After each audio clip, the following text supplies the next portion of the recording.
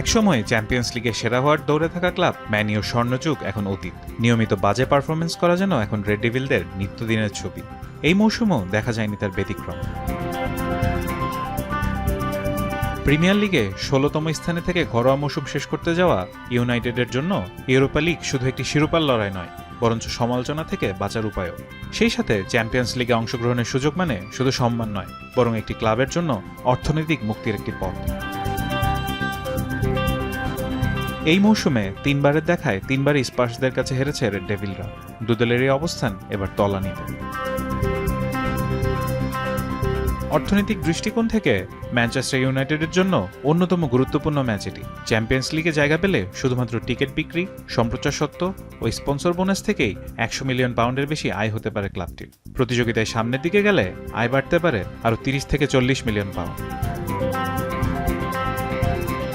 একই কথা টটেনহামের ক্ষেত্রে প্রযোজ্য হলেও ম্যানচেস্টার ইউনাইটেডের প্রয়োজনটা অনেক বেশি। গত বছরে স্পার্সের বার্ষিক লোকসান ছিল ২৬ মিলিয়ন পাউন্ড, যেখানে ইউনাইটেডের ছিল ১১৩ মিলিয়ন। গত ৩ বছরে রেড ডেভিলরা মোট লোকসান করেছে প্রায় ৩০০ মিলিয়ন পাউন্ড। এত কিছুর পরও ৬৫১ মিলিয়ন পাউন্ড আয়ের মাধ্যমে গত বছর বিশ্বের চতুর্থ সর্বোচ্চ আয় করা ক্লাব ছিল ম্যানচেস্টার ইউনাইটেড। তবে ক্লাবের উপর ১ বিলিয়ন পাউন্ডের বেশি ঋণ।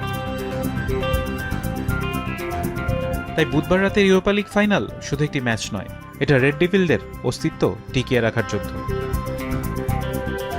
ফারহান ইহসান, এখন।